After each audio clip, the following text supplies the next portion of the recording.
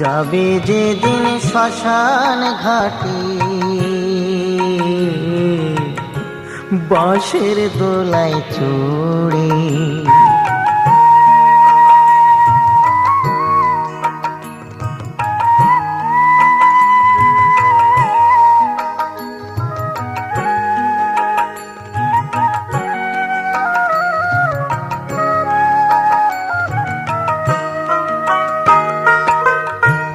সঙ্গে দেবে এক মুঠো তিল, গোটা কয়েক কড়ি, দুই চোখে তুলসী পাতা, সঙ্গে মাটির হাড়ি।